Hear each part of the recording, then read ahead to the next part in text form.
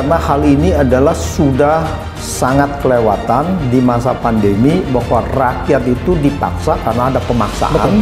Bukan sukarela bahwa saya mau tes, tetapi ada pemaksaan juga. Dan di dalam suatu kondisi yang mencekam, ini juga mengintimidasi dari ketakutan ini dengan harga yang sangat mahal sekali. Ini adalah kejahatan serius.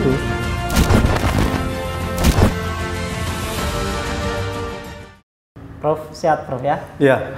Baik. Syukur, bersyukur kita semuanya masih sehat di tengah-tengah pandemi ini ya. Betul Prof.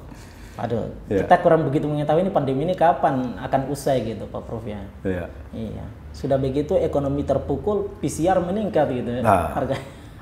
Oke baik Prof. Di sini kita mencatat ada beberapa di antaranya ya Prof ya. Kita ngambil dari pernyataan-pernyataan Prof begitu. Sehingga kemudian kita hadir hari ini untuk kemudian menanyakan secara jelasnya seperti apa dan bagaimana kok bisa Prof mengatakan hal-hal demikian. Yang pertama adalah Prof mengatakan bahwa PCR ini dia merupakan jebakan Batman untuk Pak Jokowi gitu. Emang iya Pak Prof? Begini, pertama adalah kawan-kawan saja yang manggil Prof gitu. Tapi gitu. Saya tidak tahu kepanjangannya apa gitu. Kata ini ada apa kawan Bung Refli mengatakan bahwa ya bisa juga profesor, bisa juga provokator. Tapi yang jelas adalah bahwa saya tidak tahu apa yang mereka ini kan, karena saya yang jelas bukan profesor dan juga bukan provokator.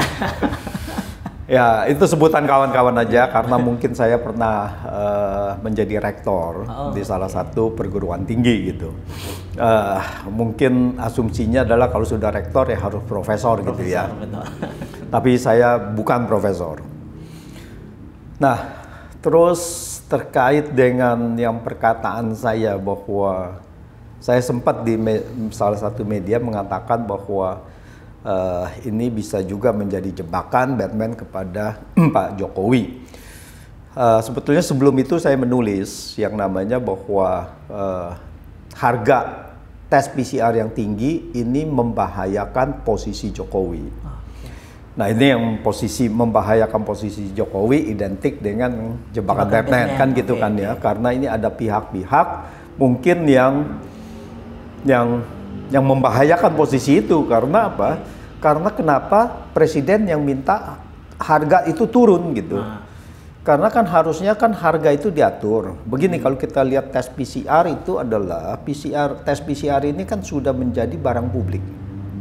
Ya karena kita diwajibkan dan setiap orang harus, kalau kita ada kontak dengan orang yang terinfeksi maka kita wajib tes PCR gitu. Betul. Apakah ada gejala atau tidak ada gejala, tetap gitu kita wajib. Nah, menurut undang-undang dasar, menurut undang-undang dasar, cabang produksi yang penting bagi negara, sekarang apa sih yang penting bagi negara? Cabang produksi penting bagi negara yang menguasai hajat hidup orang banyak harus dikuasai oleh negara. Nah, itu pasal 33. Ya. Jadi tes PCR itu kalau kita lihat saat ini adalah sudah termasuk di konteks itu. Jadi sebetulnya harus dikuasai oleh negara. Karena dia sudah menguasai hajat hidup orang banyak. Betul. Nah, kalau nggak salah katanya tesnya sudah menjadi, kalau itu ada yang mengatakan di salah satu website internasional itu ada 14 juta. Lalu ada juga yang mengatakan itu 28 juta gitu. Nah, kita tidak tahu persis, masyarakat tidak tahu persis berapa sebetulnya tes yang sudah dilakukan. Ini adalah transparansi yang tidak dipublikasi kepada publik. Nah, ini juga kita menyayangkan ini peran DPR di mana. Nah, jadi ini adalah barang publik, ya harus dikuasai oleh negara. Tetapi faktanya adalah tidak dikuasai oleh negara. Yang dimaksud dengan barang publik misalnya, kalau kita lihat adalah electricity, listrik, transportasi publik, BBM, Tidak semua orang memakai BBM, tetapi tetap saja bahwa dia itu barang publik karena sangat vital untuk transportasi gitu. Itu setiap kalau tidak dikuasai oleh negara, dan kebetulan sebenarnya listrik, Pertamina ya, PLN, Pertamina, dan transportasi publik itu tidak dikuasai oleh negara, kecuali kereta api masih dikuasai oleh negara. Tapi kalau pesawat terbang sudah tidak, transportasi darat sudah tidak, darat dalam arti bus dan sebagainya, itu sudah tidak dikuasai oleh negara. Tetapi harganya diatur dengan peraturan yang jelas dan transparan. Nah, itu kenapa harganya diatur? Jadi untuk melindungi masyarakat dari eksploitasi harga tadi kalau dia itu adalah swasta gitu. Nah, sekarang PCR tidak dikuasai negara, berarti pasal 33 itu sebetulnya sudah terindikasi sudah dilanggar kan. Nah, yang kedua adalah ini harus sebetulnya juga harganya diatur oleh negara. Nah, kalau diatur oleh negara dan ternyata memang sebetulnya adalah negara yang menentukan gitu. Tetapi kalau kita lihat tes PCR harusnya adalah kementerian yang menangani itu gitu. Sekarang kementerian yang menangani itu yang harusnya adalah Kementerian Kesehatan, dan ini juga tidak, dan anehnya tidak ditangani oleh Kementerian Kesehatan. Tapi ditangani oleh Investasi Marves, ya kan, untuk itu. Lalu dengan BUMN. Dan juga ada kemungkinan Kemenko Perekonomian gitu ya. Nah itu mereka yang mencoba menangani itu. Jadi agak sedikit aneh Indonesia ini menangani pandemi, tetapi Kementerian Kesehatannya tidak di depan gitu.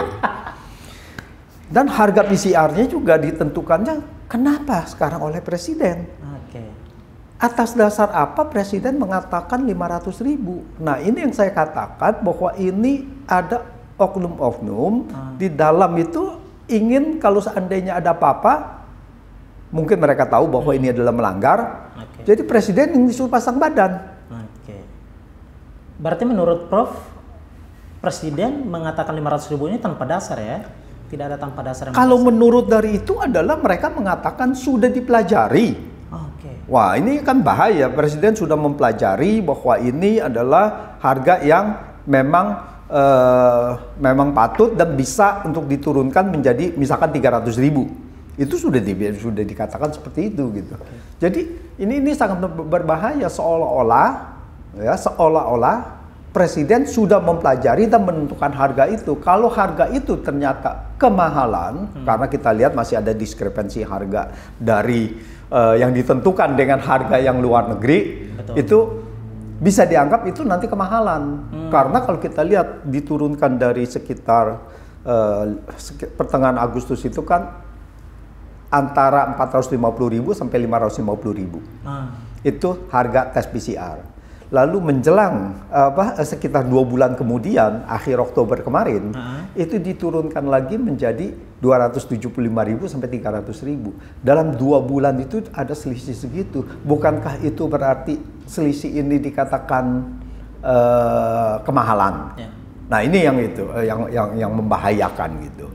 Jadi ya kita sayangkan, sebetulnya adalah harusnya kalau menurut saya sebagai komunikasi publik itu ya harusnya kementerian yang bersangkutan yang harus mengumumkan gitu. Baik, dalam hal ini Menteri Kesehatan ya? Dalam hal ini biasanya, dan setelah itu yang mengeluarkan penegasan harganya itu adalah Kementerian Kesehatan. Jadi kalau kita lihat adalah harga itu diatur seperti harga pesawat. Kan nggak bisa seenaknya harga pesawat itu naik tinggi.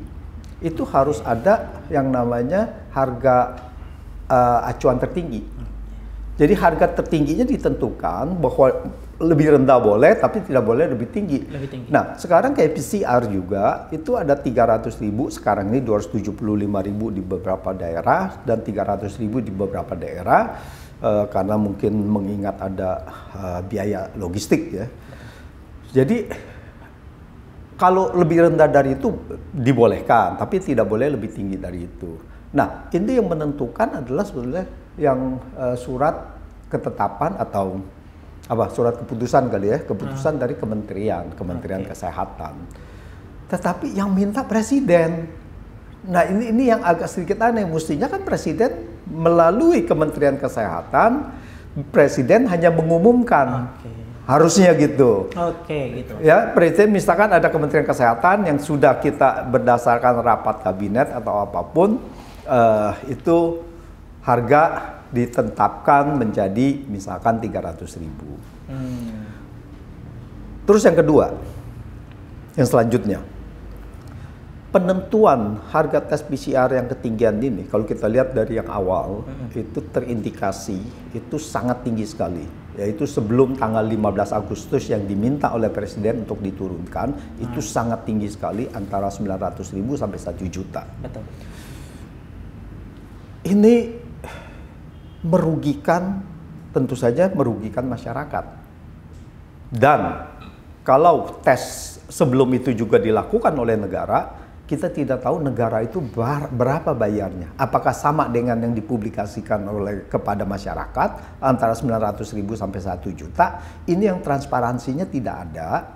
Dan APBN-nya ini kita semua tidak tahu apakah sampai detail situ apa tidak gitu.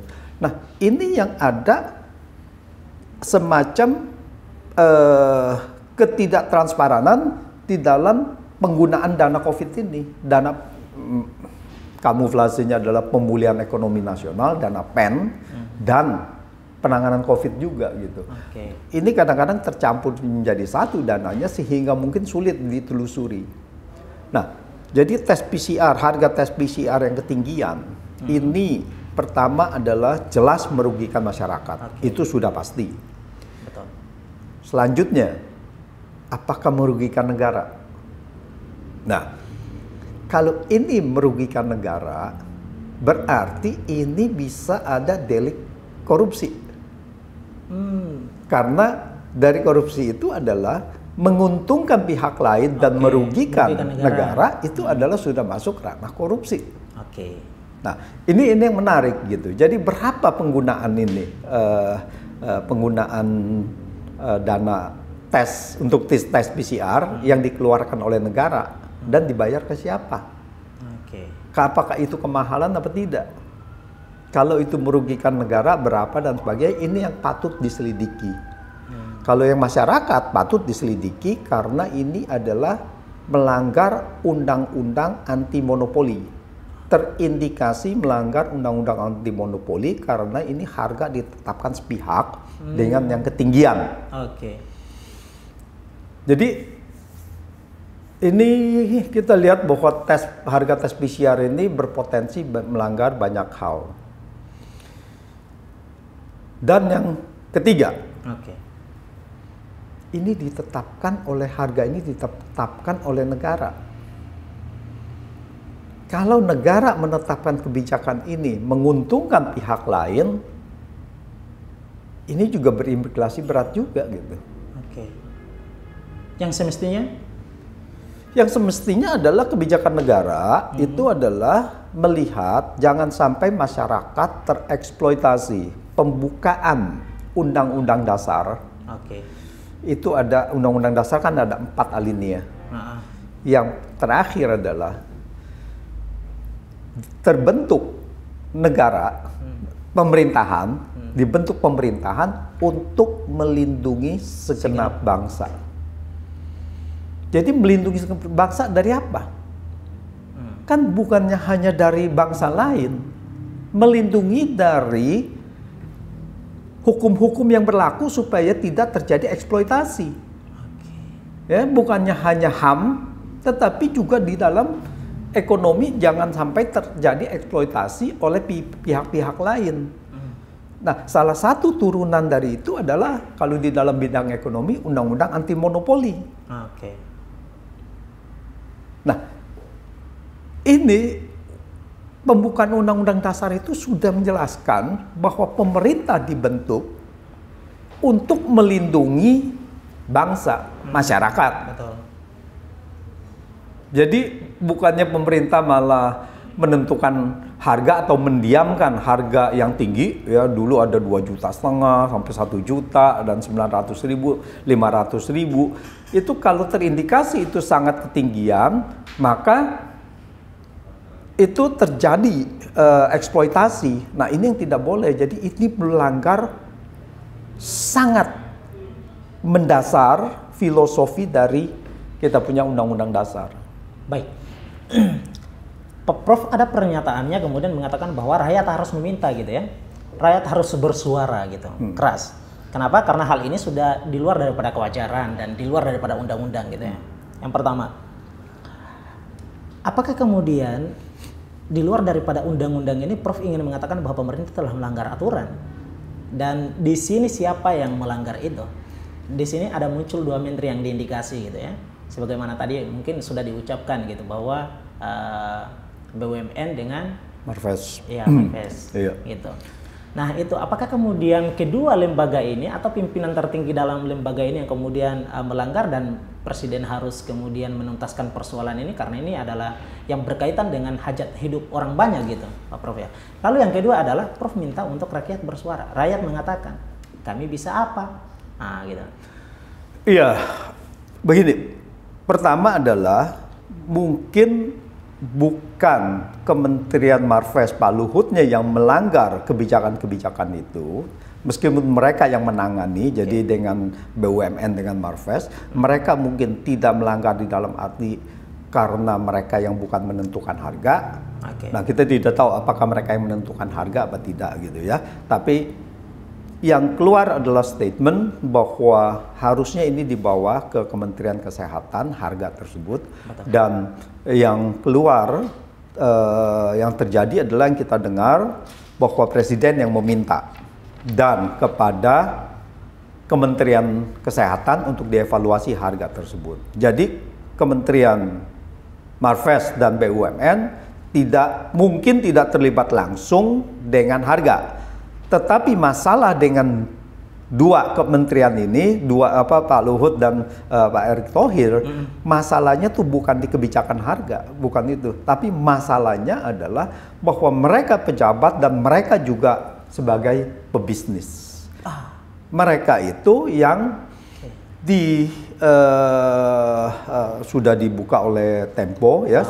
Kita juga semua tahu dari Tempo bahwa mereka itu pemegang saham salah satu perusahaan ya, yang melangani tes PCR itu gitu. Betul. Jadi inilah yang sebetulnya yang disoroti kepada mereka berdua ini, bukan karena mereka penentu kebijakan harganya tadi gitu.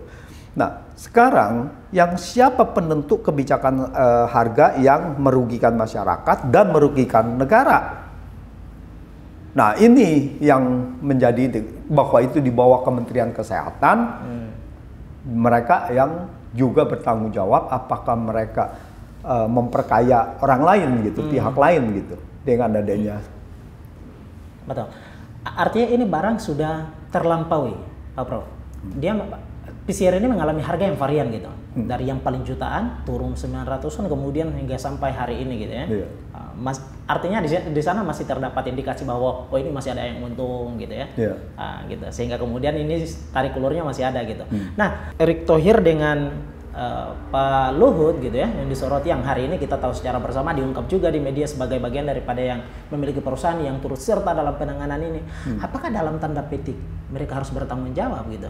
Dan mereka yang kemudian, karena nggak mungkin juga dong mereka ini barang kok masa harga yang tinggi seperti ini mereka nggak tahu gitu. Padahal mereka juga pengambil kebijakan gitu kan. Nah, seperti itu Pak. Iya, sebetulnya secara etis makanya kan tidak boleh ada sesuatu yang konflik antara dia sebagai pengusaha dan sebagai penguasa. Gitu ya. Ini yang masalah gitu. Nah, dengan keterbukaan secara ini sudah terbuka kepada publik, ya secara etis adalah kalau ini di luar negeri, ya dia harus mengundurkan diri gitu. Bahwa ini sudah melanggar prinsip-prinsip dari publik, ya dari pejabat publik gitu. Pak Prof mengatakan bahwa dia menyalahi etika moral dan kewajaran, betul Pak Prof ya? Iya. Jadi semestinya emang harus mundur ya? Ya, kalau kita luar dari itu, kalau di luar negeri ini udah pasti mundur gitu. Di negara yang benar-benar menghormati etika dan moral gitu. Itu sudah harus mundur. Nah, terus saya mau melanjut dulu yang tadi yang kedua. Siap. Bahwa kenapa kalau masyarakat jadi bagaimana kan gitu kan ya? Bahwa kita udah bersuara tidak bisa tidak ada ruangnya ruang gitu, untuk berbicara itu. Saya rasa adalah bahwa bicara menyampaikan aspirasi saya rasa harus dilakukan terus-menerus. Nah, di sini kita bilang bahwa kita ada perwakilan rakyat dan itu yang kita harus minta pertanggungjawabannya juga, bahwa gunanya DPR itu adalah untuk mengawasi pemerintah. Nah, jadi aspirasi ini kita harus bawa ke DPR. Dan kalau perlu adalah kalau daerah-daerah juga dirugikan menyuaranya kepada DPD, Dewan Perwakilan Daerah. Itu untuk menyuarakan di sana bahwa hal-hal seperti yang merugikan masyarakat luas ini ya harus diawasi. Nah, bahwa apakah DPR kenapa tidak melakukan pengawasan sampai saat ini? Ya, itu banyak sekali yang sudah melihat bahwa kalau ke DPR percumalah gitu. Ya, karena DPR itu sudah menjadi satu juga dengan eksekutif kan gitu kan, seolah-olah udah menjadi satu, seolah-olah udah mendukung ini. Tapi saya rasa tidak menjadi masalah. Ya, saya kira itu harus tetap kita suarakan terus bahwa DPR untuk beberapa hal mungkin saja bisa khilaf, ya masih tidak membela rakyat. Tetapi kalau dengan adanya hal-hal yang sudah di luar nalar, nah, kita mengharapkan DPR kembali kepada fungsinya. Nah, semoga saja bahwa DPR ini bisa memanggil memanggil dan bahkan lebih jauh dari itu bisa membentuk suatu tim untuk investigasi. Karena dia punya hak angket gitu ya? Karena dia punya hak ya. Jadi itu yang harus dilakukan. Jadi sebetulnya transparansi harus terjadi. Berapa harga tes PCR harga pokoknya ya? Berapa harga pokok yang sebenarnya? Gitu. Nah, ini sebetulnya perannya. Jadi jangan sampai rakyat tereksploitasi. Di masa, apalagi di masa pandemi ini, orang biasa saja tidak boleh, dalam keadaan normal aja tidak boleh tereksploitasi gitu. Apalagi masa pandemi ini gitu. Dan ada beberapa kewajiban, malah pemaksaan gitu kan. Sudah hampir bertahun loh pandemi ini gitu loh. Ya. Orang hampir semua gigit jari gitu. Nah, kondisi PCR harganya masih seperti itu, tinggi gitu. Kita masih menggunakan asas praduga gitu, Prof gitu. DPR gak ada suaranya gitu. Karena ada rakyat yang mengatakan bahwa mungkin gitu ya, mereka sudah bersatu kok. Sama aja itu eksekutif gitu. Biar parlemen gitu ya, terpisah gitu, legislatif gitu. Tapi udah baunya sama kok gitu, rasanya sama dengan eksekutif gitu. Apakah kemudian kita ingin mengatakan bahwa ada dugaan DPR terlibat dalam hal ini gitu? Sulit dikatakan bahwa mereka itu mendukungkan karena dari begini, eksekutif ini sekarang kan dicalonkan oleh partai politik, diusung oleh partai politik, ya terjadi. Lalu menteri-menterinya juga ada anggota-anggota dari partai politik, petinggi-petinggi dari partai politik di situ. Nah, sehingga sekarang terjadi bahwa parlemen DPR harus mendukung ke sana gitu, supaya sukses gitu. Jadi mungkin bahwa ini tidak tergantung langsung gitu, tetapi adalah perintah dari atasan partai politik yang harus mendukung gitu. Nah, sekarang masalahnya di undang-undang politik kita bahwa kalau ada DPR, anggota DPR yang tidak mendukung, yang bersuara lain, itu mungkin mereka bisa di-recall. Mereka mungkin bisa dibilang diganti gitu. PAW ya. Nah, PAW gitu. Jadi ini salah satu permasalahan bangsa yang dimana bahwa kebebasan dari individu anggota DPR itu juga terpasung gitu. Baik. Nah, mereka itu dipilih oleh rakyat. Hak mereka itu ya digunakan untuk keselamatan rakyat gitu. Harusnya begitu secara logikanya. Tetapi kan kalau mereka tidak diizinkan sebagai calon DPR, partai politik tidak memberikan izin itu, mereka kan tidak bisa. Mereka kan yang mencalonkan adalah partai politik. Yang memilihnya rakyat. Kalau seandainya kita bilang kita cuma ada 2 presiden, yang dua-duanya dari parpol, bagaimana? Ya tetap aja gitu kan, bahwa rakyat yang memilih ya memilih salah satu dari mereka kan gitu. Jadi pada saat itu apakah presiden yang terpilih akan bisa berlawanan dengan parpol tadi? Nah itu kan tanya apakah membela rakyat karena rakyat yang memilih. Nah disinilah kebebasan dari presiden, dari gubernur, dari bupati yang dipilih oleh rakyat tetapi dicalonkan oleh partai politik termasuk anggota DPR dan DPRD, kecuali DPD ya, mungkin DPD yang tidak terafiliasi dengan partai politik. Nah, dengan ini adalah bahwa tetap mereka ini adalah keterikatan, apalagi dengan kekuasaan partai politik yang bisa, kalau untuk DPR dan DPRD bisa recall. Nah, kalau di eksekutif ya mereka bekerja sama dengan mereka punya kader-kader yang mereka ini kan menjadi petinggi-petinggi di eksekutif tersebut, apakah itu di daerah atau di pusat gitu. Nah, inilah salah satunya bahwa sekarang ini makanya kalau kita lihat banyak sekali yang tidak memikirkan rakyat. Karena baik itu eksekutif maupun legislatif ya? Iya, maupun dari eksekutif maupun legislatif gitu. Nah, bahkan dengan kayak kalau kita lihat akhir-akhir ini semakin kelihatan sekali bahwa hak-hak rakyat itu semakin tidak diberikan perhatian yang memadai. Tapi mereka dituntut untuk dengan membayar sesuai dengan harga-harga yang tinggi seperti itu, Pak Prof ya? Harga-harga yang gimana? Yang sebesar tadi PCR gitu ya? Oh iya, nah itulah bahwa itu malah itu ya terjadilah ya. Kalau di sini kan ada satu lagi yang kita bicarakan, yaitu tidak hanya eksekutifnya aja, tetapi ini kan tangan-tangan oligarki. Nah, ini yang tangan-tangan oligarki yang mencapai ke situ. Jadi kita belum sampai ke sana tuh. Jadi kalau kita bilang parpol, siapa yang mau mencalonkan? Nah, ini calon-calon gubernur, calon yang lainnya itu ya, pemimpin nasional itu, mungkin kan ada sponsornya. Kalau mereka harus bayar mahar. Nah, sponsornya siapa? Nah, ini kan yang sudah beredar bahwa inilah permainan dari oligarki. Nah, mereka yang mensponsori, lalu kemudian kalau ada sesuatu mereka mendapatkan timbal balik.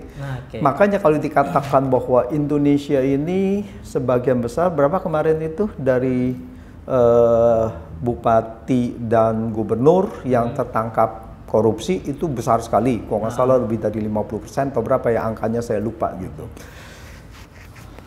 Banyak mengatakan bahwa mereka ini ya bermasalah, tetapi menurut saya bahwa mereka bermasalah itu karena sistem, karena mereka harus bayar mahar. Waktu mereka menjadi kandidat calon, jadi waktu mereka jadi calon pilkada ya, bupati atau gubernur ya. Nah, mereka itu kan harus bayar mahar gitu kan ya, harus bayar itu. Nah, sekian miliar, ada yang katanya 100 miliar, ada yang 10 miliar. Nah, kita nggak tahu tergantung dari kategorinya gitu. Nah, untuk membayar itu mereka kan harus mengembalikan. Mereka uangnya dari mana? Betul. Ya, mereka itu nanti suatu saat harus mengembalikan. Betul. Nah, dengan mengembalikannya itu, lalu mereka terjadilah hal-hal yang penyalahgunaan wewenang, bahwa itu menguntungkan oligarki, atau kemudian mereka sekalian aja saya juga harus menikmati kan gitu kan. Jadi yang terjadilah korupsi kan gitu. Yang penting ada checks and balance-nya gitu ya. Nah itu. Nah jadi itu permasalahan pokok kita. Saya yakin kalau pencalonan ini tidak harus ada biayanya, pasti kasus korupsinya juga akan tertekan gitu. Jadi orang biasa yang mempunyai minat dan mempunyai kapabilitas bisa mencalonkan sebagai pemimpin daerah atau pemimpin pusat dan tanpa ada beban biaya. Sehingga sewaktu dia bekerja itu tidak ada lagi hal-hal biaya yang memberatkan mereka. Oke. Jadi mereka bisa bekerja secara profesional gitu. Baik, jadi soal masalah ini adalah berada pada sistemnya ya. Sistem yang menekan mereka harus seperti itu gitu ya, kurang lebih. Iya. Oke. Mungkin ini salah satu faktor juga gitu bahwa korupsi di Republik ini walaupun ada KPK, ada kejaksaan, ada pihak kepolisian yang kemudian turut serta untuk mengawal persoalan-persoalan bangsa ini dari aspek korupsi ini gitu ya. Tapi korupsi masih saja tetap tumbuh subur gitu ya, merajalela baik itu di pusat bahkan sampai dengan daerah gitu. Angkanya masih tinggi gitu ya. Belum menurun-menurun. Setiap tahun KPK selalu melakukan OTT gitu. Banyak pejabat-pejabat daerah dan kemudian petinggi di Republik ini, apalagi di pandemi ini gitu. Ada beberapa menteri yang kemudian wah gitu kan. Ini mungkin salah satu faktornya gitu, Prof ya. Sistemnya ini ya. Sehingga kemudian mereka tertekan gitu. Setidaknya kita masih punya hutang sama ini, gitu ya. Ya, saya rasa itu adalah salah satu pemicu. Ya, tentu saja tanpa itu juga ada juga korupsi. Tetapi dengan tingginya gini, ini adalah pemicu bahwa mereka harus mengembalikan uang itu. Satu, dan kalau mereka sudah melakukan itu, kalau sudah korupsi, kalau tidak mengambil menyisahkan untuk diri kita sendiri buat apa juga gitu. Betul.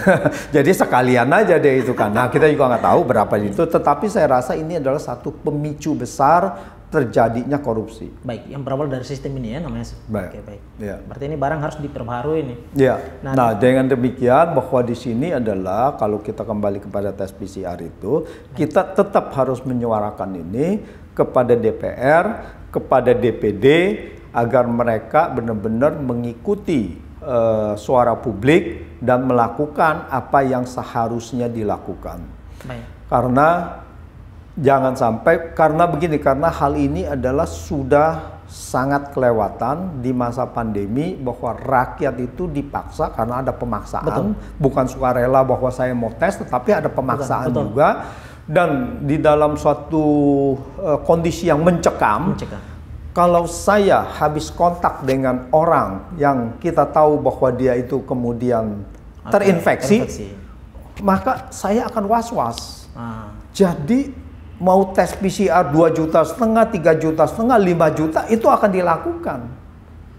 Nah ini juga mengintimidasi dari ketakutan ini dengan harga yang sangat mahal sekali. Nah ini sangat luar biasa kejahatannya ini. Oke, ini kejahatan yang luar biasa ya. Ya. Karena ini termasuk ya kalau kita bilang di dalam ini adalah pemerasan, tetapi pemerasan kalau kita bilang dulu ada kejahatan kerah biru kerah putih, ya ini juga pemerasan kerah putih. Ya kan termasuk pemerasan dari elit yang dibungkus dengan suatu kebijakan atau dibiarkan tanpa ada kebijakan yang melindungi masyarakat. Betul. Ini adalah kejahatan serius. Baik, ini mungkin terakhir Pak Prof ya.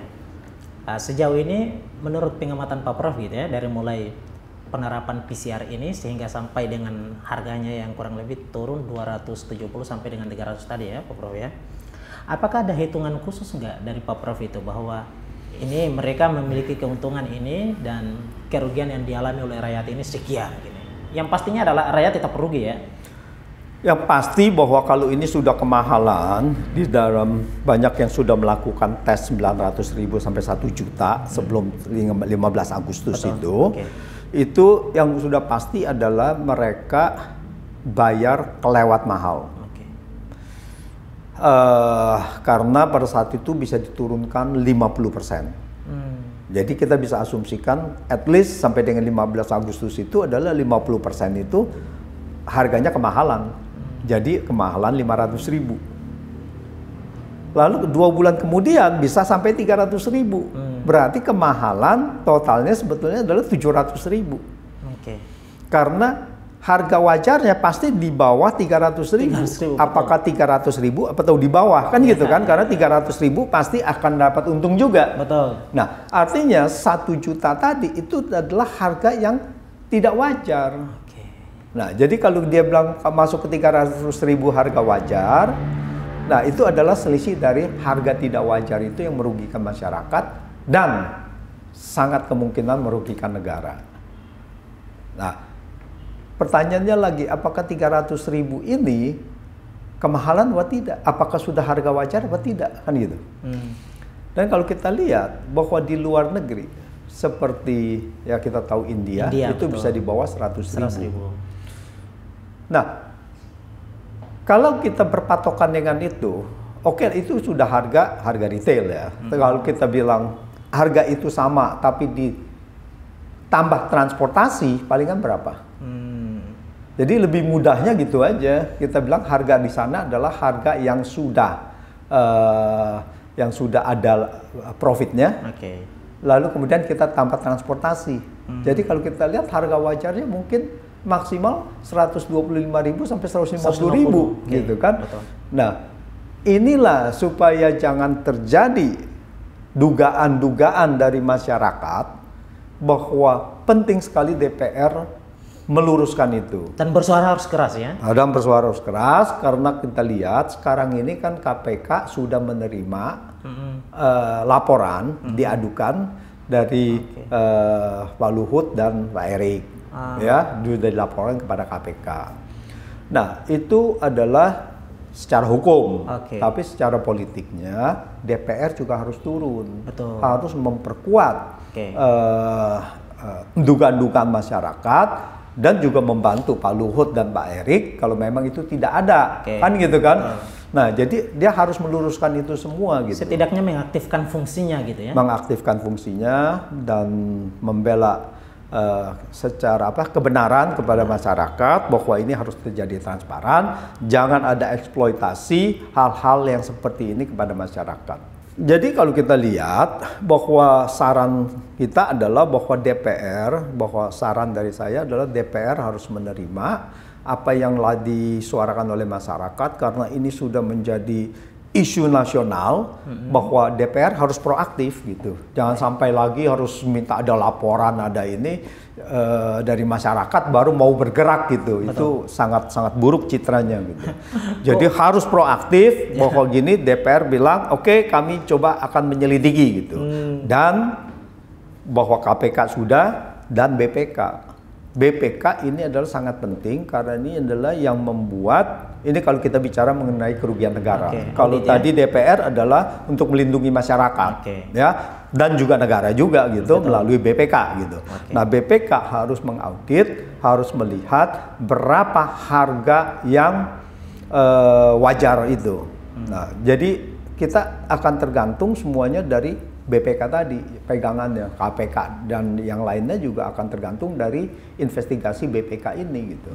Nah, inilah yang harus aktif, BPK dan DPR harus melakukan tugas-tugasnya secara benar untuk melindungi rakyat dan negara. Baik. Dari eksploitasi oligarki.